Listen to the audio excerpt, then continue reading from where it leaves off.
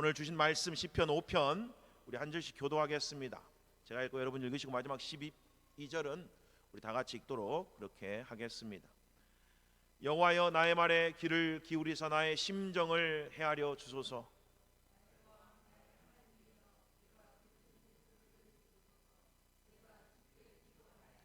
여호와여, 아침에 주께서 나의 소리를 들으시리니 아침에 내가 주께 기도하고 바라리이다.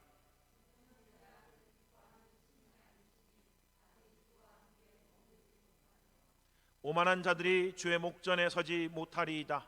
주는 모든 행악자를 미워하시며 여호와께서는 피 흘리기를 오직 나는 주의 풍성한 사랑을 힘입어 주의 집에 들어가 주를 경외함으로 성전을 향하여 예배하리이다.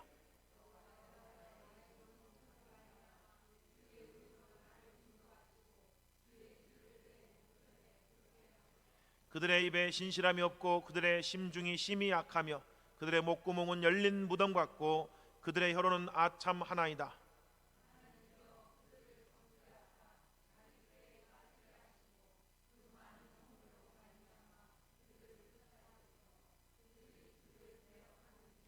그러나 주께 피하는 모든 사람은 다 기뻐하며 주의 보호로 말미암아 영원히 기뻐 외치고 주의 이름을 사랑하는 자들은 주를 즐거워하리이다.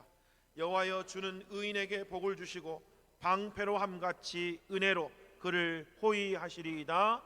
아멘. 아멘. 우리가 기도에 대해서 사실은 수없이 많이 이야기를 듣습니다. 기도가 중요하다는 것도 모르는 그리스도인은 없을 겁니다. 다 알고 계시는 것처럼 데살로니가전서 5장 17절에 보니까 쉬지 말고 기도하라고 말씀합니다. 왜 그래요? 이것이 너희를 향하신 하나님의 뜻이기 때문이라고 말씀하고 있죠. 쉬지 말고 기도하는 것이 그리스도 예수 안에서 우리를 향하신 하나님의 뜻입니다. 그런데 문제는 아는 게 중요하지 않죠. 그렇죠? 사실 기도에 대한 이야기가 성경에는 수없이 많습니다. 특히 우리가 시편을 계속 살펴보고 있습니다만 시편은 사실 기도잖아요. 다윗의 기도, 아삽의 기도, 하나님의 사람들의 기도 내용입니다. 물론 찬송시도 시이기도 하지만 대부분은 하나님께 올려드리는 기도죠. 그래서 사실은 시편은 기도에 대해서 우리가 수없이 많이 배우는 그런 가장 좋은 성경입니다. 그런데 배우는 게 중요한 게 아니고 사실은 뭐가 제일 중요해요? 여러분이 직접 기도하는 게 중요합니다. 기도는 이론으로 배워지지 않습니다. 누군가가 말하기를 기도는 무릎으로만 배워진답니다. 기도는 진짜 해야지 배워진다라고 하는 그런 이야기인 거죠. 저도 사실 오늘 다윗의 이 시, 다윗의 기도에 대해서 여러분과 다시 또 나누게 될 텐데 저는 여러분이나 저나 더욱 기도하는 주의 백성이 되었으면 좋겠습니다. 에베소서 6장 18절도 모든 기도와 간구로 하되 항상 성령 안에서 기도하고 이를 위하여 깨어 구하기를 항상 힘쓰며 여러 성도를 위하여 구하라 라고 그렇게 되어 있잖아요. 모든 기도와 간구로 하고 항상 성령 안에서 기도해라. 이거를 예전 개역 성경은 무시로 성령 안에서 기도하라 라고 되어 있습니다. 무시로 항상 쉬지 말고 기도하라고 하는 이야기인데 기도라는 것도 우리의 힘으로 할 수 있는 게 아닌가 봅니다. 그러니까 성령 안에서 해야 된다라고 그렇게 이야기를 하잖아요. 그렇죠? 로마서에 보니까 우리는 마땅히 구할 바를 알지 못한답니다. 그런데 우리 안에 있는 성령께서 말할 수 없는 탄식하심으로 우리를 위해서 간구하고 계신다 그러잖아요. 그렇죠? 그러니까 하나님의 뜻 가운데 우리가 기도해야 되고 하나님의 인도하심 가운데 기도해야 되고 또 하나님의 능력으로 기도해야 되는데 우리 힘으로 안 되니까 성령 안에서 하는 거죠. 성령의 도우심 가운데 하는 겁니다. 성령의 능력으로 기도한다라고 하는 이야기죠. 그래서 무시로 성령 안에서 기도하라라고 되어 있고 사실 기도에 대한 가장 유명한 성경 구절은 빌립보서 4장 6절 아닙니까? 모든 일에 기도와 간구로 그렇죠? 아무것도 염려하지 말고 모든 일에 기도와 간구로 너희 구할 것을 감사함으로 하나님께 아뢰라라고 그렇게 되어 있잖아요. 근심하고 염려하기보다는 걱정하기보다는 뭐 하라는 이야기예요?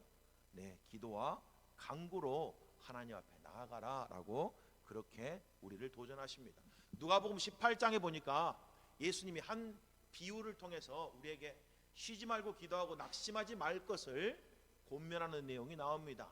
거기 보니까 불의한 재판장이 나와요. 하나님을 두려워하지 않고 사람에 대해서 그렇게 연민이 없는 한 불의한 재판장이 나옵니다. 그런데 가부가 날마다 찾아와서 그를 괴롭게 합니다. 그가 뭐라고 말해? 나 하나님도 안 두려워하고 나 사람 이렇게 하는 걸 별로 내가 안중에 놓는데 나를 너무 이렇게 귀찮게 하니까 내가 이 귀찮은 것 때문에 내가 이 여인의 기도를 들어줘야겠다, 이렇게 이야기를 하는 거예요. 그러면서 예수님이 이 이야기를 제자들에게 또 우리들에게 전해주신 이유가 항상 기도하고 낙심하지 말도록 하기 위해서 그 애화를 통해서 우리에게 권면하고 계신다, 이렇게 이야기하면서 누가복음 18장 7절에 이렇게 말합니다. 하물며 하나님께서 그 밤낮 부르짖는 택하신 자들의 원한을 풀어주지 아니하겠느냐, 그들에게 오래 참으시겠느냐. 하나님 앞에 밤낮 부르짖는 사람들의 기도를 하나님이 들어주지 않겠냐. 불의한 자라도 계속해서 자기에게 구하는 그 과부, 하나님도 안 두려워하고 사람의 이런 것도 별로 관심이 없는 이런 불의한 재판관이라도 끈질기게 나와서 간청하니까 그게 귀찮아서라도 들어주지 않냐. 그런데 선하고 좋으신 너희 하늘 아버지께서 어찌 밤낮 부르짖는 자들의 기도에 응답하지 않겠느냐라고 그렇게 이야기를 하고 있잖아요. 그렇죠? 그래서 사실은 시편은 대부분 다윗의 기도로 구성되어 있는지 모릅니다. 다윗처럼 밤낮 하나님 앞에 나와서 기도하는 사람이 없잖아요. 그러니까 어쩌면 사실 다윗도 사실 인간적으로 보면 너무 부족한 게 너무 많잖아요. 그렇잖아요. 백그라운드가 대단한 것도 아니고 어마어마하게 좋은 교육을 받은 것도 아니고 그 어린 나이에 목동 생활했으니까 무슨 배움이 있어봐야 얼마나 배움이 있었겠어요. 그렇잖아요. 게다가 가족 중에도 가장 못난 아들 아니에요? 아버지가 거의 관심도 없었던 그런 아들이잖아요. 그렇죠? 그러니까 그 어린 나이에 가장 막둥인데도 양 키우라고 그냥 양들과 함께 밖으로 늘 내보낸 거 아니냐고요. 마음이 늘 장자에게나 또 잘난 아들에게나 있었지 막둥에게는 있지도 않는 그런 아들 아니었어요. 그렇죠? 배움이라는 것도 있었을 리가 없고, 그러니까 자기가 가난하고 사실 별 볼 일 없는 집안에 가장 막내 아들, 정말 별 볼 일 없는 아들이었다라는 이야기입니다. 그런데도 그 모든 과정 속에서 다윗이 뭐예요? 하나님 앞에 끊임없이 기도하는 삶을 살잖아요. 그렇죠? 여러분이 알고 있는 것처럼 다윗이 간음하고 사람을 죽일 때조차도 그는 하나님께 매달리고 기도합니다. 그러니까 사실은 다윗은 사울 왕보다도 훨씬 못한 사람인데, 사실 사울 왕보다 더 어떤 의미에서는 직접적으로 간음하고 직접적으로 살인했으니까 교사했잖아요. 그러니까 사실은 훨씬 더 악한 사람인데도 불구하고 하나님의 평가는 완전히 달라지잖아요. 다윗을 향해서 마음이 합하다 이렇게 이야기합니다. 그 비결이 다른 데 있는 게 아니고 밤낮 주님 앞에 기도하는 그 기도의 삶에 있다고 저는 확신합니다. 사실 우리의 인생 대단한 거 없잖아요. 그렇죠? 우리가 세상 가운데 어마어마한 일을 행할 것도 아니고, 그렇잖아요. 우리의 인생에 내 스스로 할 수 있는 일, 내가 뭔가 성취할 수 있는 일 많이 없습니다. 그런데 사실은 우리에게는 또 한편으로는 영적인 눈을 열고 보면 어마어마한 일을 할 수 있는 잠재력, 능력이 우리 가운데 있죠. 왜요? 우리가 전능하신 하나님께 기도할 수 있기 때문에 그렇습니다. 우리의 힘으로 살면 우리 힘밖에 못해요. 우리 능력으로 살면 우리 능력밖에 못 삽니다. 그런데 기도하면 하나님이 함께 하십니다. 기도하면 하나님이 우리의 삶을 통해서 역사하십니다. 기도하면 가나안 목동도 이스라엘의 왕이 될 수 있습니다. 기도하면 여리고 성도 무너지고, 기도하면 홍해 바다도 갈라집니다. 기도할 수 있는 거야말로 그리스도인에게 있어서는 가장 위대한 특권이다라고 하는 그런 이야기죠. 자, 시편 5편은 다윗의 마음 가운데 큰 고통이 있었던 와중에 하나님 앞에 기도하는 내용입니다. 1절에 이렇게 되어 있죠. 여호와여 나의 말에 귀를 기울이사 나의 심정을 헤아려 주소서. 자, 기도하는데 왜 기도해요? 나의 심정을 좀, 내 마음을 좀 헤아려 주십시오 라고 기도하는데, 세번역 성경은 이 나의 심정을 헤아려 달라고 하는 이 구절을, 이 표현을 나의 신음소리를 들어주십시오 라고 그렇게 번역을 했고, 쉬운 성경은 나의 한숨소리를 들어주소서라고 그렇게 번역을 했습니다. 물론 히브리어로는 여기 나와 있는 심정이 묵상이라고 하는 게 더 정확한 뜻입니다. 나의 묵상을 하나님 헤아려 주십시오. 그런데 이 묵상이라는 게 여러분이 알고 있는 것처럼 마음으로 늘 되새기는 게 묵상이잖아요. 그렇죠? 근데 그 마음으로 되새기는 그 되새김들이 뭐예요? 탄식이고 한숨이고 근심이었다는 이야기예요. 그래서 우리 성경은 나의 탄식, 나의 심중, 나의 한숨 이런 식으로 번역을 했. 하나님 나의 묵상을 좀 헤아려 주십시오. 이게 히브리 성경으로는 더 바른 표현이고 옳은 표현입니다만은 그 묵상 속에 한숨과 탄식과 근심으로 가득 차 있었다니.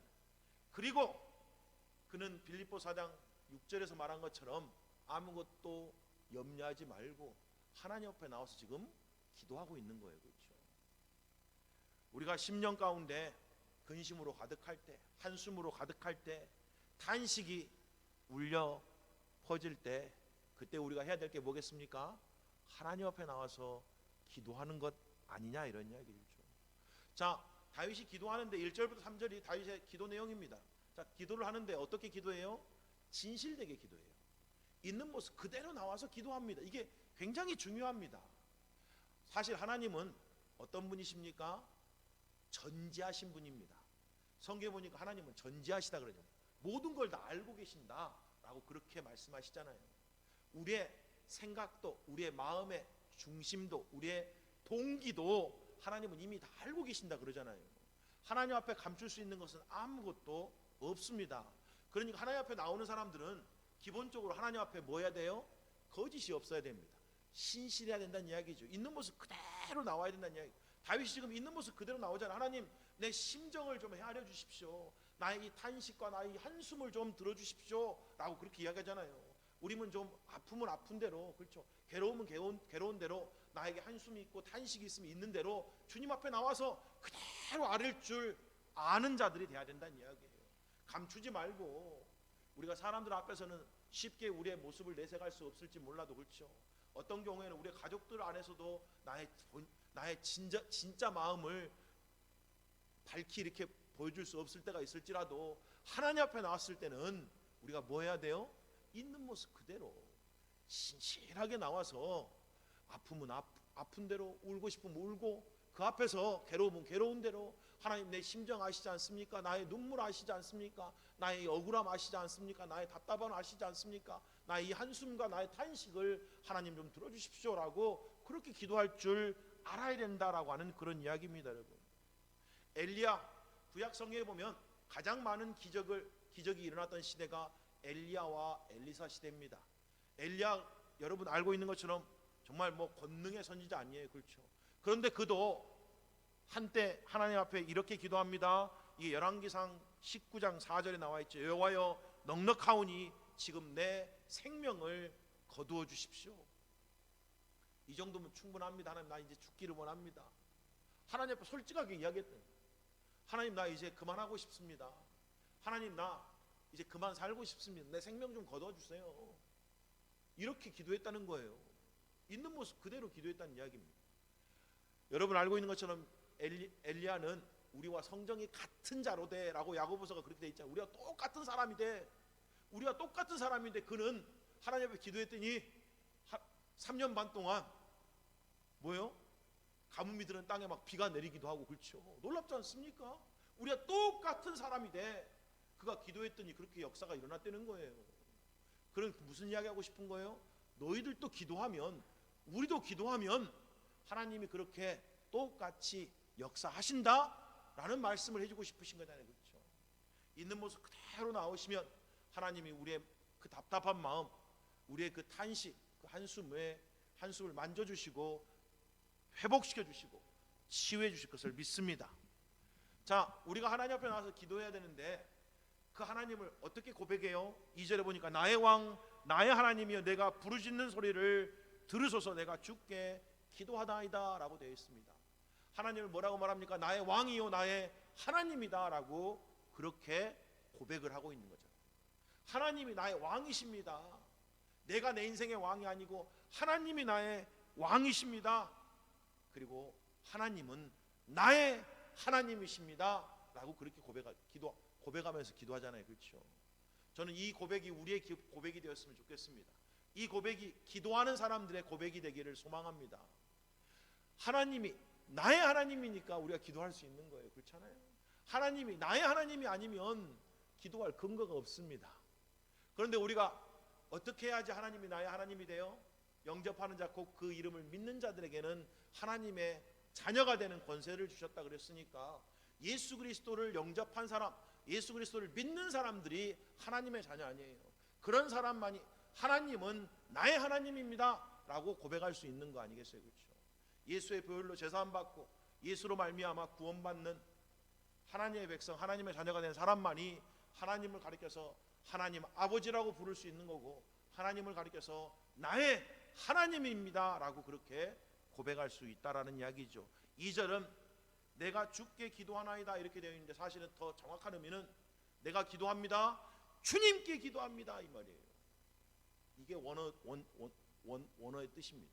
내가 기도하는데 주께 기도합니다. 내가 기도하는데 당신께 기도합니다. 그리고 그 당신은 나의 왕이고 나의 하나님입니다. 지금 그렇게 기도하는 거죠. 그러니까 내가 기도할 수 있습니다.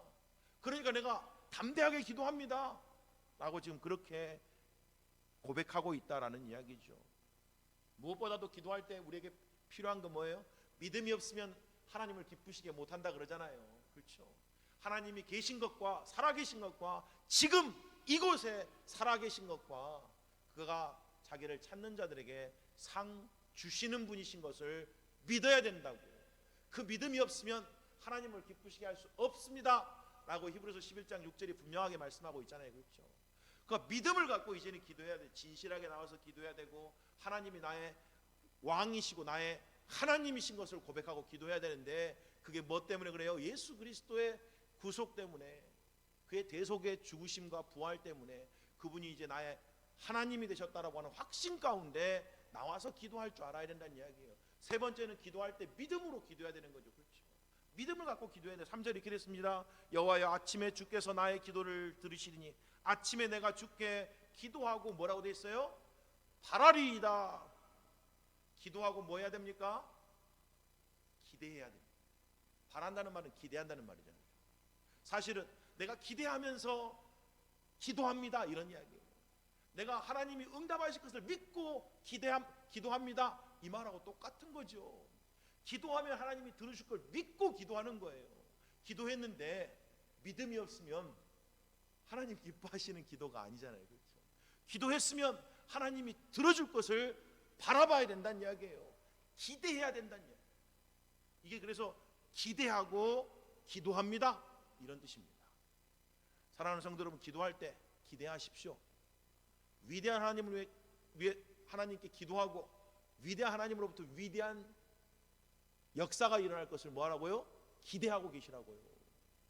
기도했으니까 하나님이 내 인생 가운데 놀라운 일을 이루실 거야 이렇게요. 기도했으니까 내 삶 가운데 뭔가 변화가 일어날 거야 이렇게 기도하시라고요. 근데 많은 경우에 하나님의 역사가요, 여러분 기적은 뭐가 있어야지 기적이에요? 일반적이지 않는 일이 우리 앞에 펼쳐져야지 기적이 일어납니다. 여러분 일상의 삶이 항상 일상적이잖아요. 그럼 기적을 맛볼 기회가 없는 거예요. 그렇잖아요? 홍해바다가 내 앞을 가로막고 있어야지 기적을 경험할 수 있는 거지, 홍해바다가 없는데 어떻게 기적을 경험해요? 내 앞에 여리고성이 딱 버티고 있어야지 여리고성이 무너지는 기적을 경험하는 거지, 내 앞에 그냥 평평한 그냥 뭐 무슨 광야만 펼쳐진 무슨 기적을 맛봅니까? 그러니까 우리가 기도했는데 하나님이 역사가 일어나려고 하면 첫 번째 뭐가 먼저 일어나겠어요? 불편한 일이 먼저 일어나요. 여러분 하나님의 놀라운 기적을 맛보려고 그러면 내 인생에 먼저 어려운 일이 먼저 다가온다고요. 그렇지 않고 기적을 맛볼 수 있는 방법이 없는 거예요. 여러분 그렇잖아요. 아니 기적이라는 게 복음서에 나오는 기적도 병이 걸려야지 치유받는 기적이 일어나는 것이지, 그렇지 않아요? 눈이 멀어야지 눈이 떠지는 기적이 일어나는 거고, 그렇지 않아요? 근데 눈이 쌩쌩하고 뭐 건강한 사람이 무슨 건강의 기적을 어떻게 경험하냐고요. 그럴 수 있는 방법이 없잖아요. 안 그래서 하나님이 내 인생 가운데 역사하려고 하면 뭔가 어려움이 먼저 다가와야 되는, 그렇잖아요. 우리가 기도하면 기이한 일들이 반드시 일어납니다. 그런데 사람들이 기도하고 기이한 일, 불편한 일이 일어나면 다 도망가고 피해버려요. 그러니까 끝까지 인내 가운데 주님을 바라보고 그 길을 안 가니까 마지막에 궁극적으로 기적을 경험하지 못한다 이 말이에요. 처음에 기도할 때는 기대하고 바라고 막 기도해요. 그런데 중간에 어려운 일이 생긴다. 그러니까 어려움을 피해가려고. 여러분 우리 자식들을 놓고 기도할 때도 여러분 우리 자식들이 기적을 맛보려고 그러면 어려움을 먼저 경험해야 되잖아요. 여러분 요셉과 같은 삶을 살려고 하면 형제들로부터 팔려 나가는 역사가 먼저 일어나야 될 거 아니냐고요. 잡혀서 종살이를 해야 되고 억울하게 감옥 갇혀야 되고 이런 역사가 일어나야지 어느 순간 하나님이 역사하셔서 애굽의 총리로 세우시는 거잖아요. 다니엘같이 그런 믿음을 가지려고 하면 나라가 멸망하든지 다니엘도 부모가 다 죽는 거 아니에요, 전쟁통에? 그리고 혼자 고아로 잡혀가는 거 아니에요. 게다가 다니엘이 여러분 알고 있는 것처럼 아내가 안 나오고 자식이 안 나옵니다. 그래서 학자들이 말합니다. 다니엘은 넷이었을 거라고. 넷이니까 궁에서 일 보는 사람인 거예요. 그런 어려움을 다 겪으니까 믿음의 용사가 되는 거 아니에요, 그렇잖아요. 근데 우리가 자식들을 위해서 기도하면서 항상 평탄하고 좋은 것만 일어나기를 기도합니다. 조금만 어려워지면 막 어려움 없게 해달라고 그러면 어려움 다 피해가라고 막 하니까 믿음이 안 자라가는 거예요. 여러분 믿음은 고난과 역경 속에서 자라갑니다. 진짜 믿음은 사실 고난 속에서 꽃을 핍니다. 그런데 고난도 없게 해달라고 그러고 맨날 평안하게만 해달라고 그러고 그러니까 믿음이 자랄 틈이 없는 거잖아요. 우리 인생도 마찬가지고 우리가 다른 사람 놓고 기도할 때도 마찬가지고 그렇지 않겠어요? 그렇죠? 근데 분명하게 기억하십시오. 하나님이 위대한 일을 하려고 하면 반드시 우리 앞에 여리고성을 먼저 두십니다. 하나님 우리 인생 가운데 위대한 일을 행하시려고 하면 우리 앞에 반드시 홍해바다를 두신다고요. 그러니까 홍해바다가 있는 게 축복이고 여리고성이 있는 게 축복인 거예요. 근데 우리는 조금만 어렵고 막 조금만 힘들고 막 조금만 답답하고 조금만 불안하고 근심스럽고 걱정되면 다 피해가려고 그러고 막 다 그냥 하니까 하나님의 역사를 제대로 못 경험한다는 걸 우리가 알았으면 좋겠어요. 그래서 여러 가지 시험을 당하나 뭐라고요? 기쁘게 여기라 그러잖아요. 왜요? 그것이 우리에게 유익하니까. 환난이 우리에게 유익하니까 그래요. 마침내 내 거칠은 마음도 내 모난 인격도 빚어질 뿐만 아니라 그 과정 속에서 하나님의 영광을 보게 되고 하나님의 능력을 경험하게 되기 때문에 그런 거 아니겠어요? 오늘 이 마음속에 이 탄식, 마음속에 이 한숨, 마음속에 이 어려움이 있으니까 다윗도 하나님 앞에 나와서 기도할 수 있었던 거 아니에요. 하나님 앞에 기도할 수 있으니까 하나님을 바라보게 되고 하나님이 어떤 분인가를 더 묵상하게 되고 더 하나님에 대한 믿음으로 기대하게 되는 그런 삶을 사는 거 아니겠냐 여러분. 그렇잖아요. 여러분 가운데 답답한 일이 있으니까 기도하십시오. 염려와 근심이 있으니까 기도하시라고요. 기도 가운데 참고 기다리십시오. 기도 가운데 뭐라고요? 기대감을 가지십시오. 그래서 저는 믿음이란 뭐냐? 기대하는 마음이라고 저는 그렇게 정의합니다. 믿음이란 기대하고 있는 마음이라고 저는 정의해요. 저한테는 그렇게 정의합니다. 그래 기대하자. 하나님이 하실 걸 기대해. 눈으로 보지 말고 믿음으로 보라 그랬으니까 보이는 것으로 평가하지 말고 보이는 것으로 소망하지 말고 보이지 않지만 역사하실 그 하나님, 보이지 않지만 우리 가운데 일하실 그 하나님, 보이지 않지만 내 가정과 교회 가운데 역사하실 그 하나님, 그거 바라보자. 그거 기대하자. 그게 믿음이라는 거예요. 그래서 믿음은 소망과도 연결되어 있는 거잖아요. 믿음 있는 사람은 소망합니다. 믿음 있는 사람은 그래서 낙심하지 않아요. 믿음 있는 사람은 그래서 끝까지 인내합니다. 믿음 있는 사람은 그래서 끝까지 달려간다 이런 이야기예요. 저와 여러분이 믿음 있는 주의 백성들 다 되시기를 주님의 이름으로 축복합니다. 우리 하나님이 우리의 기도를 들으시기 때문에 우리가 기도할 수 있다는 걸 기억하여 주십시오. 오늘 특별히 어떤 고통이 있었는지 구체적으로 이제 4절부터 이렇게 이야기합니다. 주는 죄악을 기뻐하는 신이 아니시니 악이 주와 함께 머물지 못하며 오만한 자들이 주의 목전에 서지 못하리이다. 주는 모든 행악자를 미워하시며 거짓말하는 자를 멸망시키시리이다.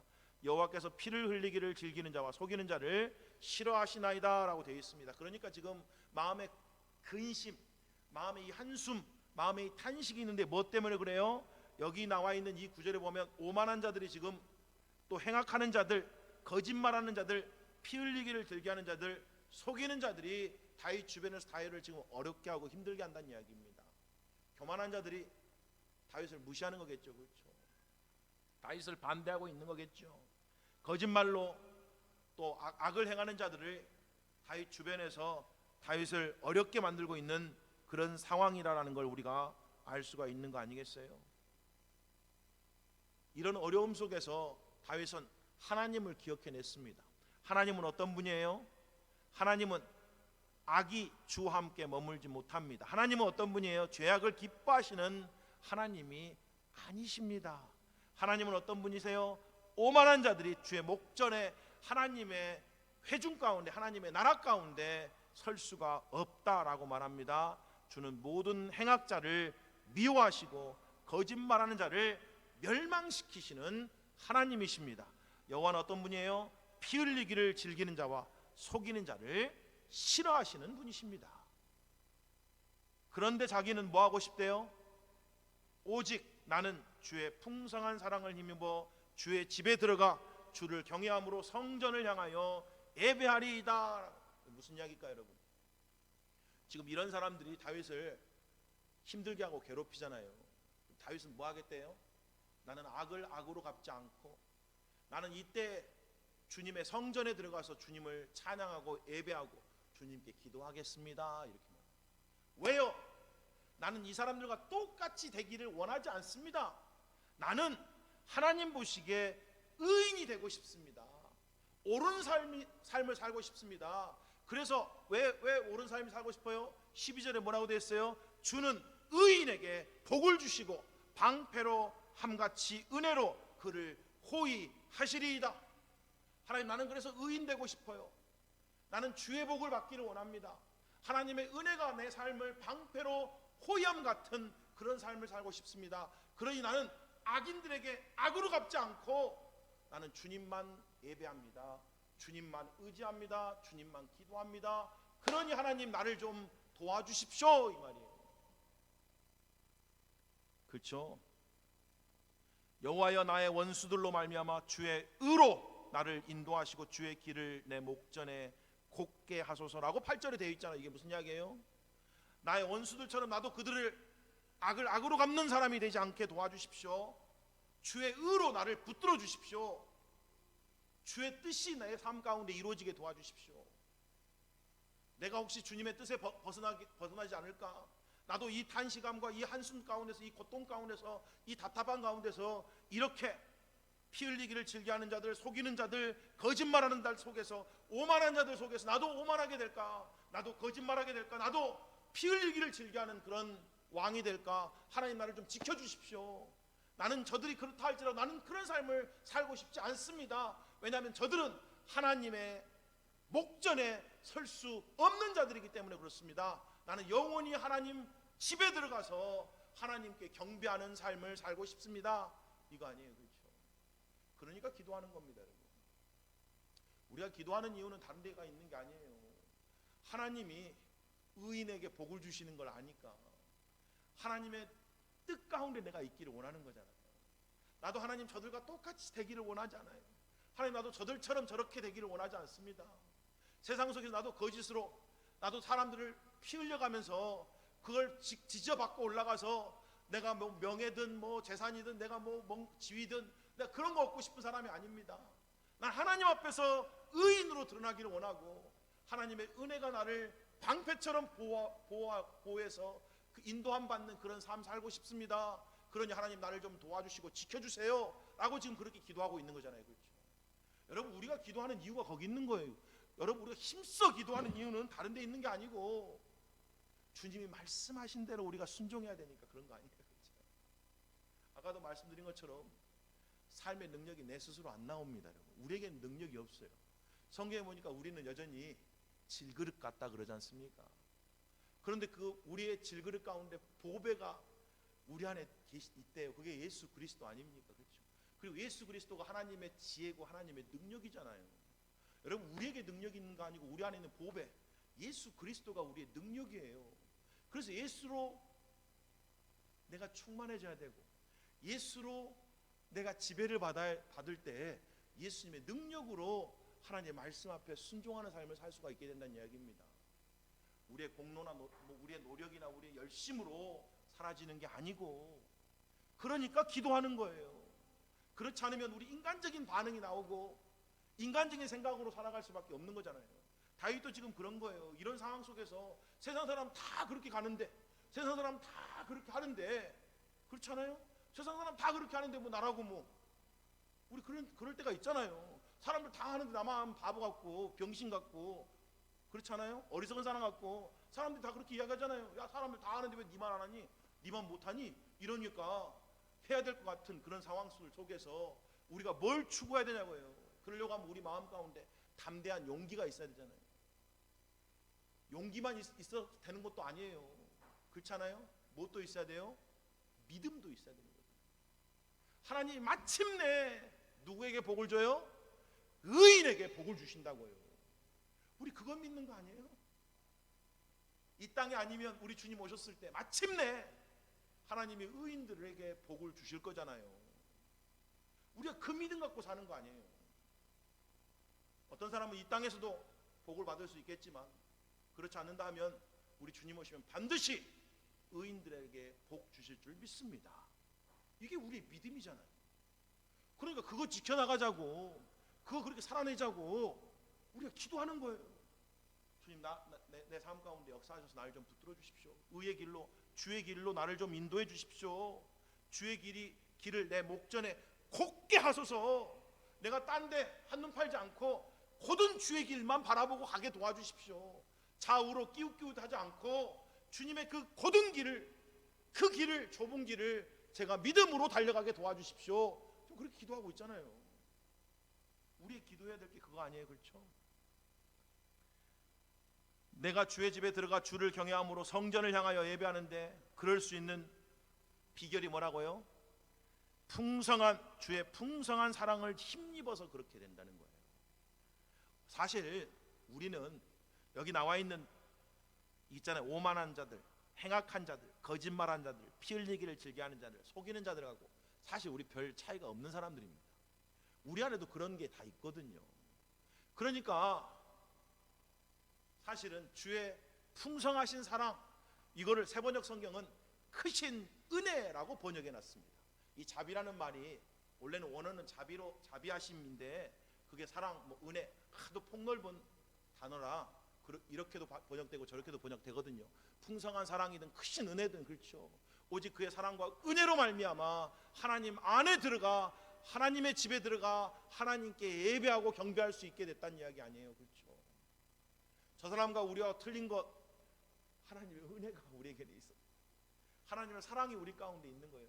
그것도 풍성한 사랑이 성령으로 말미암아 하나님의 사랑이 우리에게 부음바되었다고 로마서 5장 5절이 그렇게 말합니다. 성령으로 말미암아 하나님이 어떤 사랑으로 우리를 사랑하고 계시는지, 지금도 어떻게 사랑하고 계시는지, 그분의 사랑이 영원히 우리와 함께 하신다는 거 우리 다 알잖아요, 그렇죠? 그러니까 그 사랑, 그 크신 은혜를 기억하고 주님 앞에 경배하고 예배함으로 말미암아 하나님, 내가 악인들의 길을 가지 않고 오만한 자의 자리에 서지 않고 정말 주의 뜻 가운데 살아가는 사람이 되기 원합니다. 왜요? 하나님이 그런 사람에게 복이 있다고 그러니까. 그게 지금 시편 1편부터 나오는 이야기잖아요. 그런 사람이 복이 있는 거예요. 근데 하나님, 나는 하나님 보시기에 복 있는 사람 되기 원합니다. 나는 하나님 보시기에 칭찬받는 사람이 되기 원합니다. 나는 하나님 보시기에 인정받는 사람이 되기 원합니다 라고 하는 것이 우리의 거룩한 목표여야 되고 소망이 돼야 된다는 이야기 아니에요, 그렇죠? 그래서 사도 바울은 일평생 소원이 주를 기쁘시게 하는 거라고 말합니다. 그게 자기의 간절한 소망이래요. 그들의 입에 신실함이 없고 그들의 심중이 심히 악하며 그들의 목구멍은 열린 무덤 같고 그들의 혀로는 아참하나이다 라고 되어 있잖아요.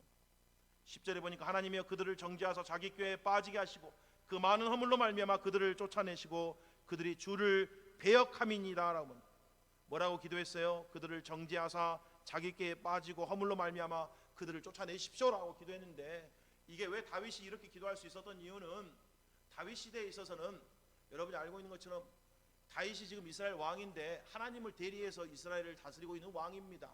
그러니까 다윗을 대적하는 것은 곧 뭐예요? 하나님을 대적하는 걸로 여겨졌다는 이야기죠. 그러니까 다윗에게 하는 것은 사실 모든 것들이 다 비유적으로는 하나님께 하고 있는 거예요. 하나님께 하는 사람들에게는 이런 일들이 일어나기를 원합니다 라고 그렇게 지금 기도하고 있는 건데, 사실 이제 신약시대에 넘어와서 예수님이, 우리가 지난 주일에 배웠듯이 예수님이 새로운 기준을 우리에게 설명해 주셨잖아요. 원수를 사랑하고 그를 위해서 뭐 하라고요? 기도하라고요. 이 시대에는 하나님 편이 돼서 지금 다윗이 싸우고 있는 기도기 때문에 이런 기도를 했지만, 우리 편에서는 이제 어떻게 기도해요? 주님께 맡겨드리고, 그렇죠?